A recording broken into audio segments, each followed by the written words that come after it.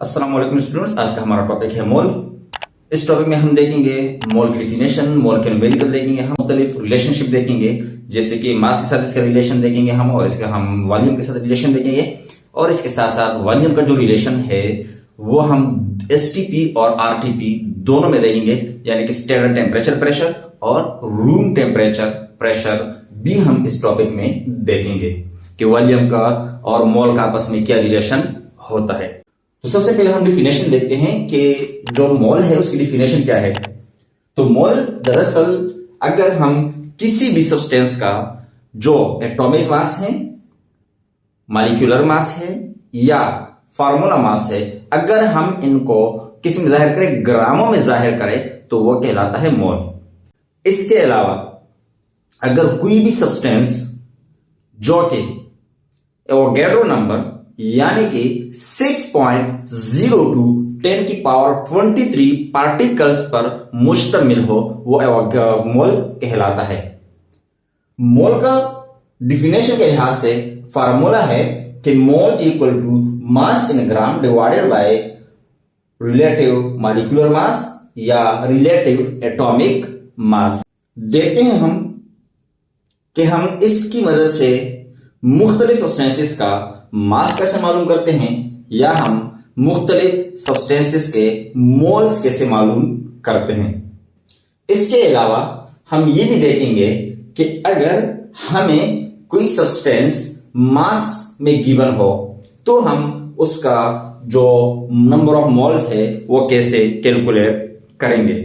इसके अलावा हम ये जो न्यूमेरिकल है दो तरीकों से इसमें कैलकुलेट करेंगे। एक तो हम इसको कैलकुलेट करेंगे with the help of formulas, and the next one is the unitary method.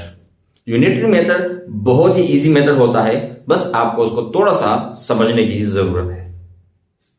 तो सबसे पहले हम देखते हैं कि अगर हमें कोई specific amount of substance given हो, चाहे वो एटम हो या वो एक मॉलिक्यूल हो, तो हम उसमें नंबर ऑफ मोल्स कैसे कैलकुलेट करते हैं। तो आइए देखते हैं। अब लेट्स सपोज हमारे पास ये एक न्यूमेरिकल है कि calculate number of moles in 48 gram of carbon, की कार्बन के 48 ग्राम में कितने मोल होंगे। अब हम इसको दो तरीकों से मालूम कर सकते हैं। एक तरीका तो हमारे पास है, ये वाला फार्मूला है कि हम इस फार्मूले को जस्ट पुट करें और उसमें वैल्यूज पुट करके डायरेक्टली कैलकुलेट कर लें। दूसरा मेथड है हमारे पास यूनिटरी मेथड कि अगर हम फार्मूले को पुट नहीं करते हैं, यानी फार्मूले को यूज नहीं करते हैं, तो डायरेक्ट भी हम नंबर ऑफ मोल्स इसके मालूम कर सकते हैं। तो देखिए, आइए चलिए देखते हैं दोनों तरीके के, दोनों तरीकों से इसको किस तरह करते हैं।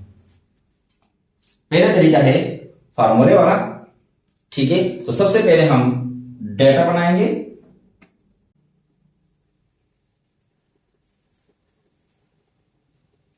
मास in gram divided by relative atomic mass. तो मास इन ग्राम क्या है हमारे पास 48 है, जबकि रिलेटिव एटॉमिक मास है 12 on R12 and 12 for R48। तो हमारे पास जो मोल बनते हैं 48 ग्राम ऑफ कार्बन में, ये बनते हैं 4 मोल। अब इसी सवाल को हम एक दूसरे तरीके से भी हल करते हैं, जिसको हम यूनिटरी मेथड कहते हैं। ये भी पता है कि 1 मोल ऑफ कार्बन बराबर होता है 12 ग्राम के। सो 1 मोल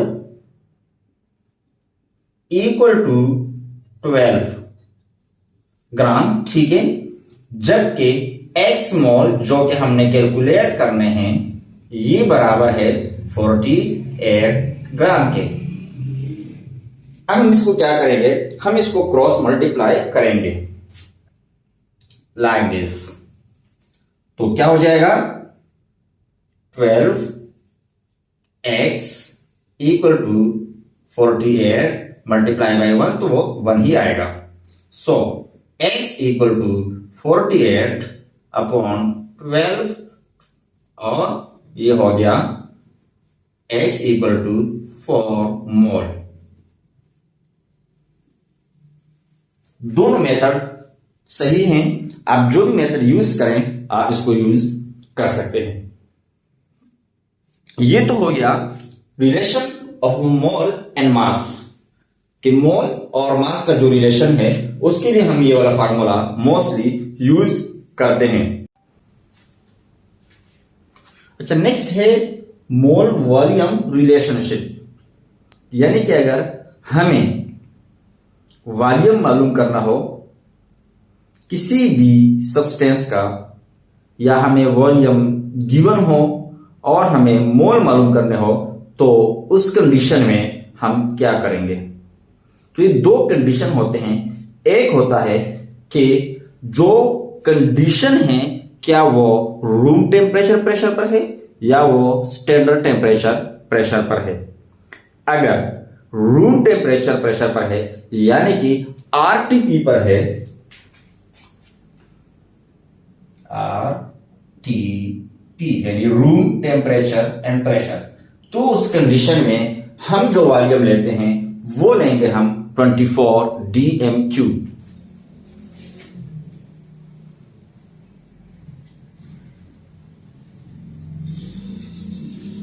जबकि दूसरा होता है एसटीपी यानी कि स्टैंडर्ड टेम्परेचर एंड प्रेशर।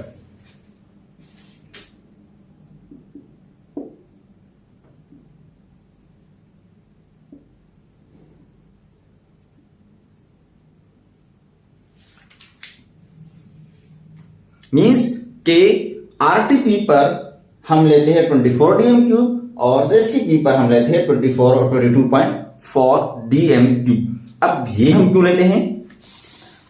किसी भी सब्सटेंस का 1 मोल कोई विषय हो जिसका 1 मोल जो है वो आरटीपी पर 24 dm³ स्पेस घेरता है, जबकि किसी भी सब्सटेंस का जो 1 मोल है एसटीपी के ऊपर वो 22.4 dm³ या लीटर का जगह घेरता है।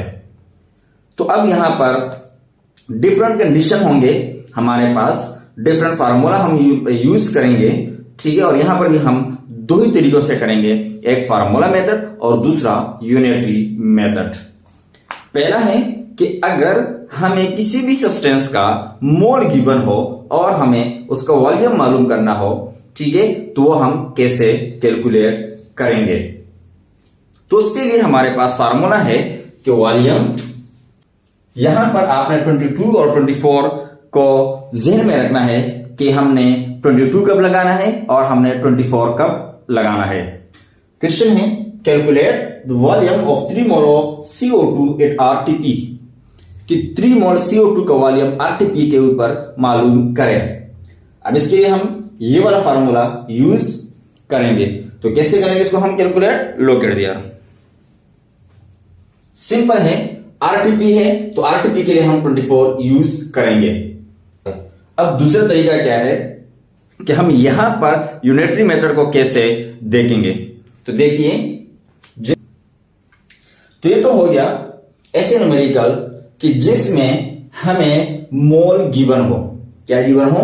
मोल गिवन हो। तो अगर हमें मोल गिवन होंगे तो फिर हम ये वाला फार्मूला यूज करेंगे। अब दूसरा फार्मूला है मोल वॉल्यूम रिलेशनशिप का, कि अगर हमें किसी भी सब्सटेंस का जो मिकदार है, जो क्वांटिटी है, वो ग्रामों में गिवन हो, तो फिर हम क्या करेंगे? उसके लिए हम क्या करेंगे? उसके लिए हम एक दूसरा फार्मूला है, उस फार्मूले को हम यूज करेंगे। और यानी वॉल्यूम बराबर होता है mass in gram divided by relative molecular mass या relative atomic mass multiply by 24।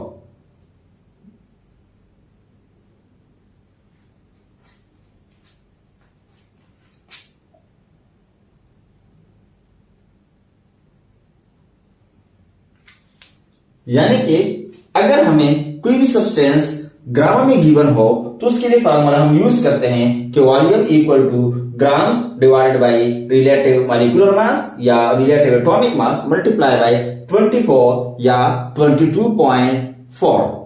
अगर आरटीपी के ऊपर है तो 24, अगर एसटीपी के ऊपर है तो फिर हम 22.4 यूज करेंगे। अब देखते हैं इसके भी एक न्यूमेरिकल।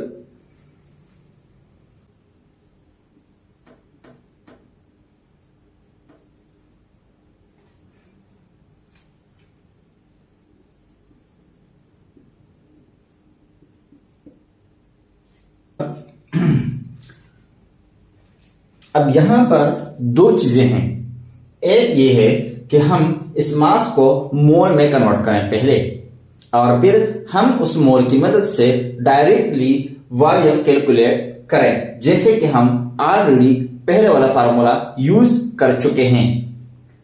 और दूसरा तरीका है कि हम यही फार्मूला डायरेक्टली यूज करते हुए इस वॉल्यूम को कैलकुलेट करें। तो पहले हम इस दो देखते हैं कैलकुलेट करके। तो वॉल्यूम बराबर होता है mass in gram divided by relative molecular mass multiply by 22.4 at STP। तो अगर हम ये वाला फार्मूले यूज करेंगे, तो अगर हम इस फार्मूले में की पुट जब करेंगे तो हमारे पास आंसर आएगा 15.7 लीटर। अब हम देखते हैं इसी चीज को यूनिटरी मेथड के जरिए। यूनिटरी मेथड हमें क्या कहता है कि किसी भी सब्सटेंस का 1 मोल कितना स्पेस घेरता है, ठीक है। तो उसके लिए जरूरी है कि हम इस ग्राम जो वैल्यू है इसको हम सबसे पहले मोल में कन्वर्ट करें। अब हम इसको मोल में कैसे कन्वर्ट करेंगे, जैसे कि हम ऑलरेडी इसके कुछ क्वेश्चन हम कर चुके हैं, ठीक है। तो उसी तरीकों को यूज करते हुए हम इसको कन्वर्ट करेंगे मोल में। अब हम जानते हैं कि किसी भी सब्सटेंस का 1 मोल जो है वो कितने के बराबर। अब जैसे कि क्वेश्चन में कह रहे हैं कि 50 ग्राम जो है वो कितने मोल है, ठीक है। यानी हमें पता है कि क्लोरीन का 1 मोल 71 ग्राम होता है, तो इट मींस कि 50 ग्राम कितने मोल होंगे, ठीक है। तो सबसे पहले हम इस चीज को कैलकुलेट करेंगे कि 50 ग्राम क्लोरीन जो है कितने मोल के बराबर होता है। Let's do it. 1 mole of chlorine equal to 71 gram, so X mole equal to 50 gram, ठीक है। अब हम इसको क्रॉस मल्टीप्लाई जब करेंगे तो क्या हो जाएगा कि X, ठीक है। जब हम इसको क्रॉस मल्टीप्लाई करेंगे तो हमारे पास ये बन जाएगा 50/71, जो कि इक्वल होगा 0.7, ठीक है। 0.704 मोल के इसके बराबर, ये बराबर होगा 0.704 मोल के। इसका मतलब ये होगा कि 50 ग्राम क्लोरीन जो है वो 0.704 मोल के बराबर है। अब हम कैलकुलेट करेंगे कि कोई भी सब्सटेंस जो है यानी कि क्लोरीन एटम के 50 ग्राम जो है STP के ऊपर कितना वॉल्यूम रखेंगे, यानी कितने स्पेस घेरेंगे। इसी तरीके की मदद से हम इसको दोबारा देखेंगे। तो वी नो दैट कि 1 मोल जो है वो स्पेस घेरता है 24 लीटर का,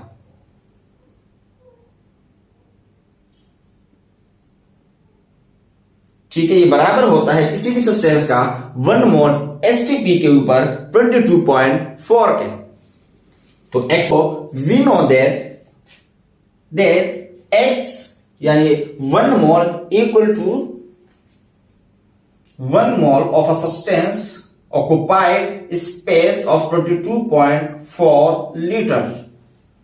So 0.7 mole